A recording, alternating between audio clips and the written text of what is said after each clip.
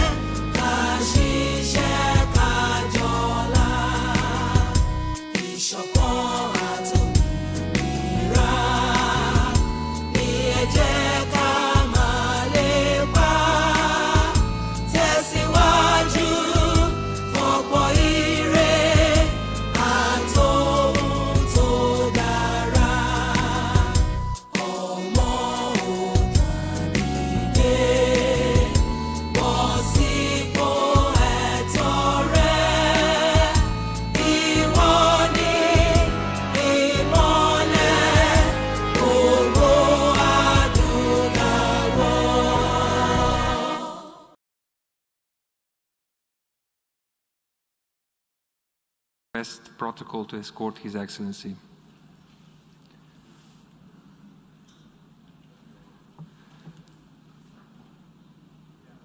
On behalf of the General Assembly, I have the honor to welcome to the United Nations His Excellency Muhammadu Buhari, President of the Federal Republic of Nigeria, and invite him to address the Assembly.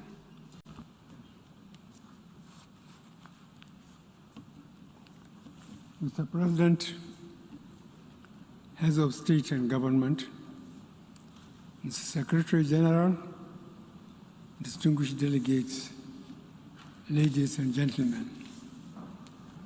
Mr. President, let me, on behalf of the government and people of Nigeria, congratulate you on your well-deserved election as President of the 76th session of the United Nations General Assembly.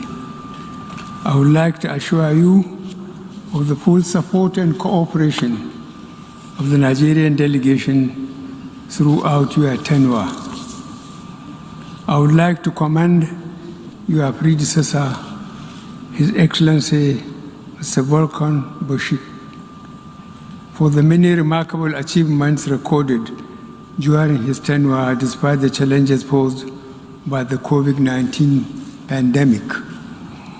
Permit me to congratulate the Secretary General Antonio Guterres on his re-election and commend his strong commitment to making the United Nations more alive to its responsibilities. I also want to express my gratitude to him for reappointing Ms. Amina Mohammed as the Deputy Secretary General to assist him in discharging his responsibilities.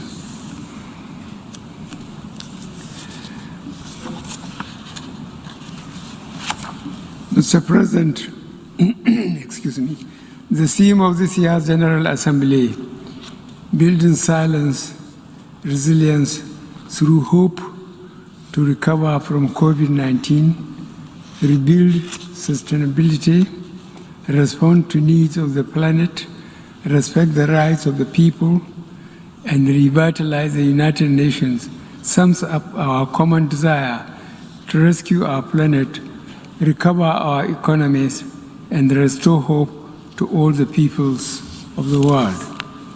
In this regard, my delegation will continue to support the United Nations as the indispensable forum for international cooperation and the cornerstone of the multilateral system rooted in respect for international law, including international human rights law, and predicated on a rules-based order.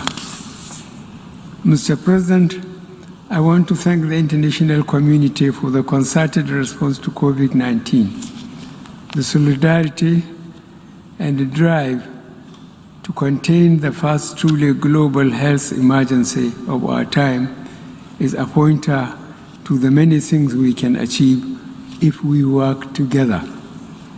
On our part, Nigeria has made strenuous efforts to contain the virus and hold its deadly onslaught on our people. Our efforts have been rewarded with moderate success. At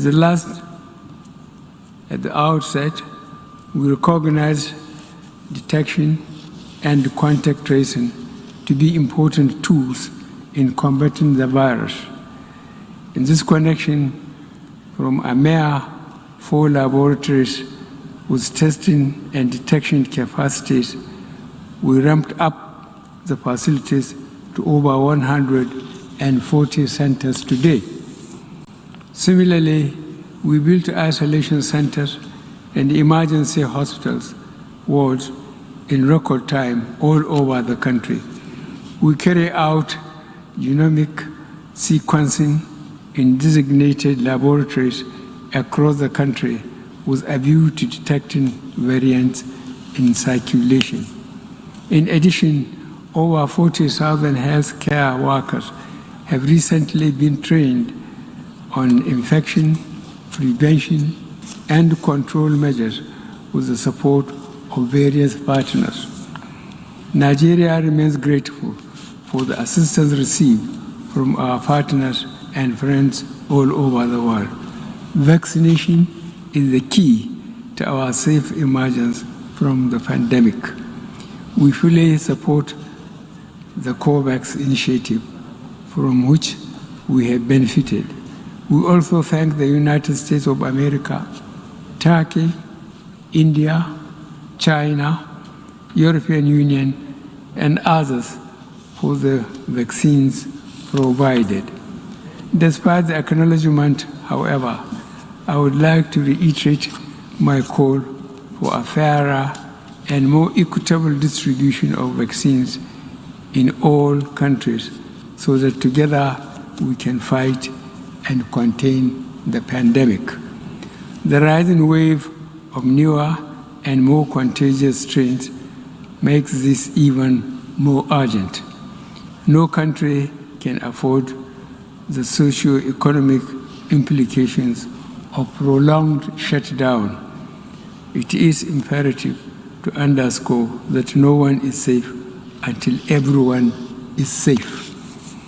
Mr. President, Nigeria remains deeply concerned over the illicit trade, transfer, and circulation of small arms and light weapons. Their excessive accumulation and uncontrolled spread in many regions of the world are having devastating humanitarian and socio-economic consequences, especially on the continent of Africa. It is on this note that my delegation calls for the worldwide application of the Arms Trade Treaty to codify accountability in conventional arms trade, which is critical to the security of nations. This is in recognition of the need for a broad-based global partnership in the ongoing battle against transborder crimes, including terrorism and piracy.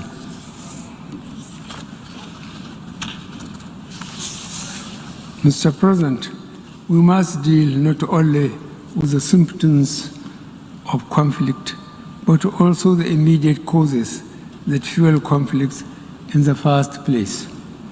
These include poor and undemocratic governance, human rights abuses, poverty, ignorance, injustice, and inequalities.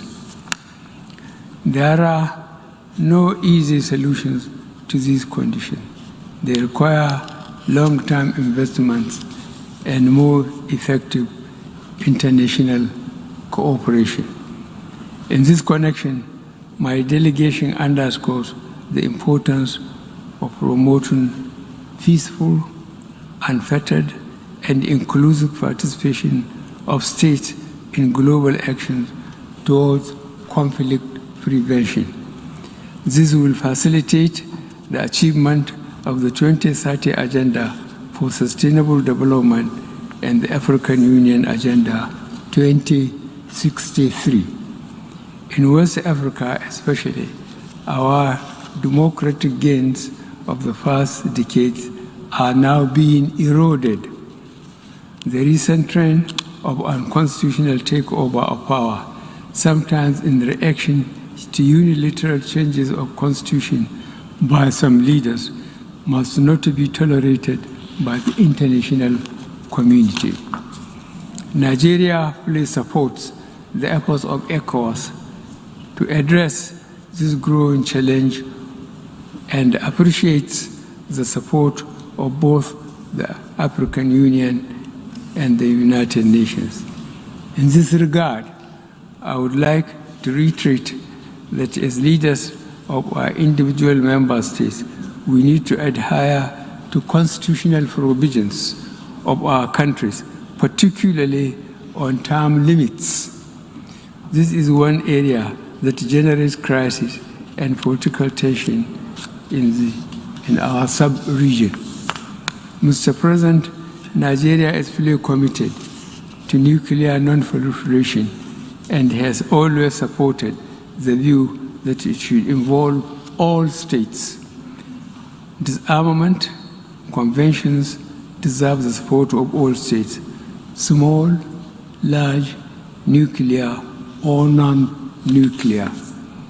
Nuclear weapons remain the ultimate agents of mass destruction, and their total elimination should be the final objective of all disarmament processes within the broad spectrum of goals being pursued by the United Nations. In this regard, Nigeria would participate actively in forthcoming review conference of Nuclear Prohibition Treaty and also the first meeting of states parties to the landmark treaty on the provision of nuclear weapons, scheduled to take place within the first quarter of 2022. Nigeria regards these upcoming events as important steps towards realization of a world free of nuclear weapons. We are therefore supportive of any diplomatic efforts in this direction. We hope that the upcoming Nuclear Prohibition Treaty Review Conference would lead to a successful outcome that will facilitate the nuclearization of the world. We will do our part to ensure such an outcome. Mr. President, terrorism continues to dominate security discourse worldwide. In Nigeria, Boko Haram, terrorist group, though fragmented by internal strife and weakened by our defense forces, is still active and preying on soft targets. Nigeria will continue to work closely with United Nations counter-terrorism bodies and entities with a view to bringing this scourge to an end. Nigeria has spared no effort in addressing the challenges of terrorism posed by the activities of Boko Haram in northeast Nigeria, the Lake Chad region, as well as banditry in the northwest and north central.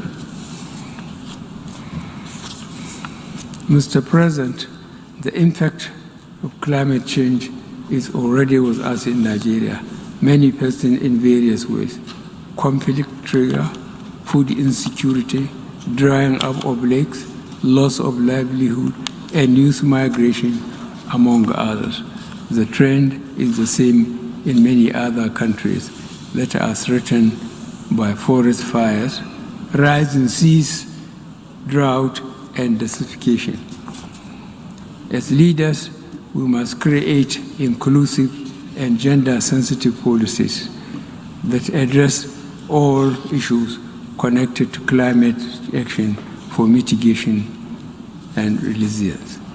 This is why we are working on a transition to low-carbon economy consistent with achieving the Paris Climate Agreement on the Sustainable Development Goals. Mr. President, combating illicit financial flows and ensuring the recovery and return of illicitly acquired assets have the potential to provide resources in the immediate term for financing development in the area of COVID-19 pandemic and beyond. It drives national governments of resources needed to provide adequate and meaningful sources of livelihood for their citizens. The latter gives rise to more irregular migration patterns and unwholesome consequences for interstate and human relations. Mr. President, the issue of debt, we have seen that developing countries have been faced with unsustainable debt burdens even before the pandemic.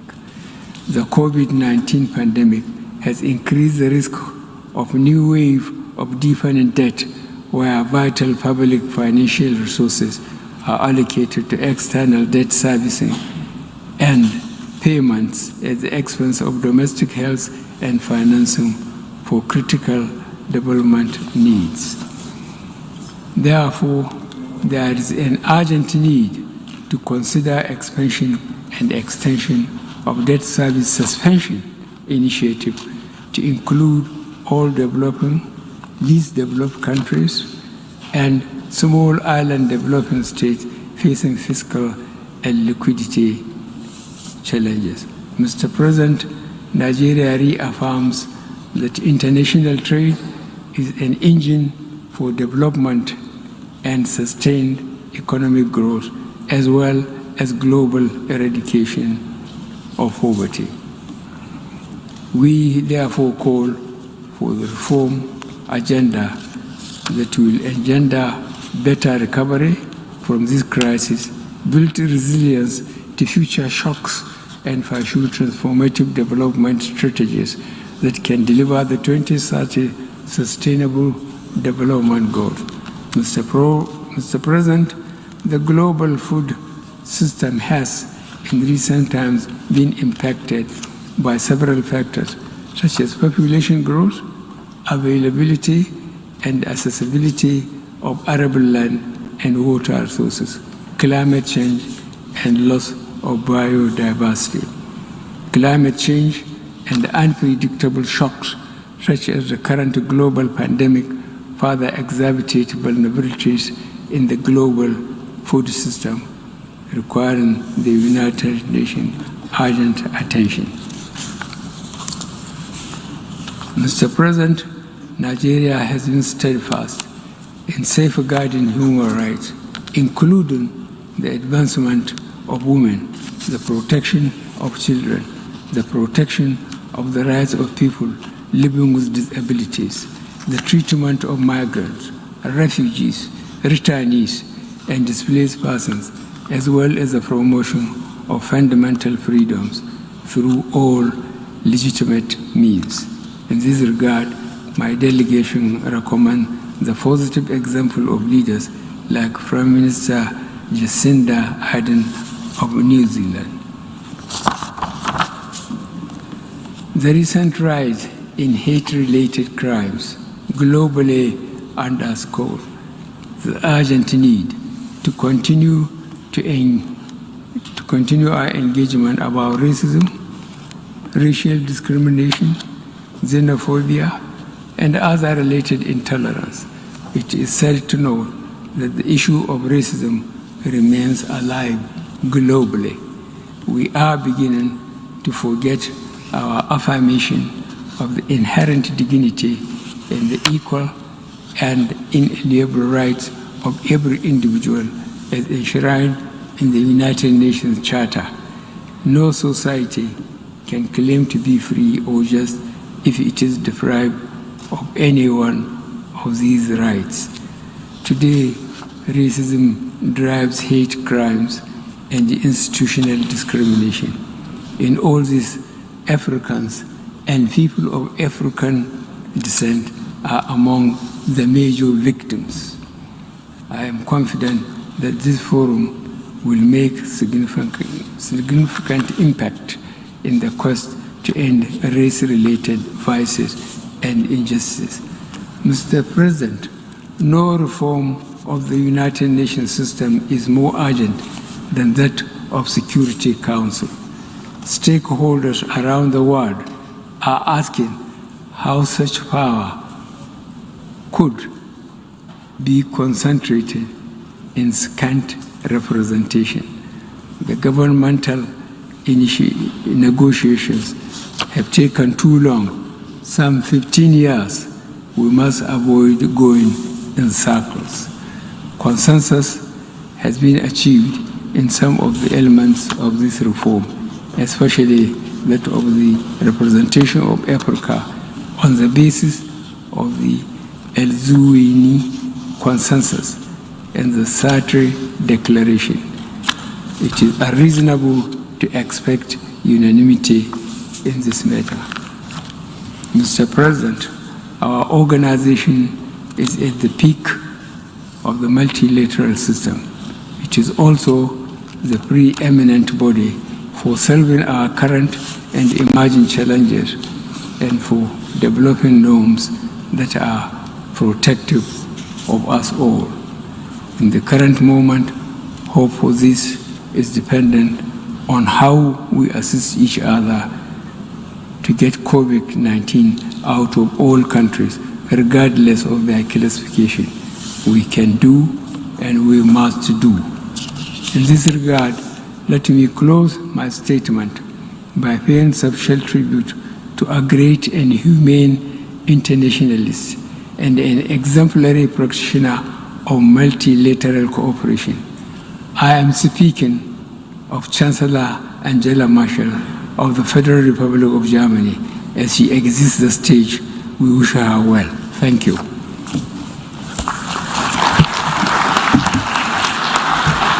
On behalf of the General Assembly, ẹ̀yin èèyàn wa ẹ jẹ́ ká jọ jùmọ̀ kọ orin ilẹ̀ Yorùbá àwa ni ògo adúláwọ̀.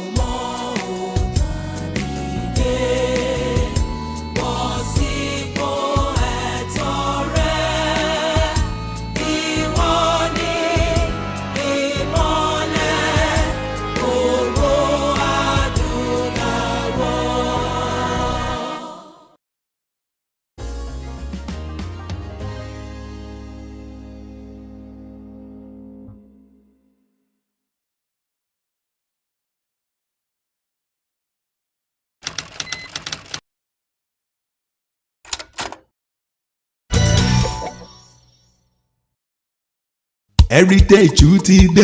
Aba Remedy ló sọ pé àìsàn ní ṣe wá.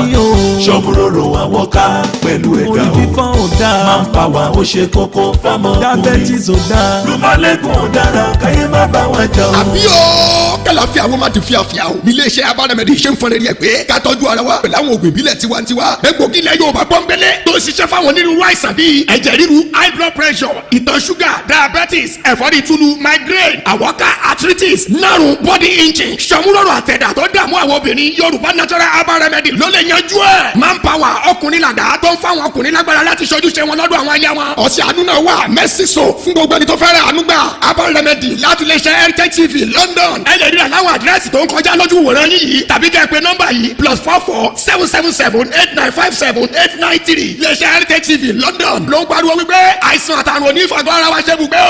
Rúmọ́lẹ́gùn ò dára káyé má bá wọn jà o.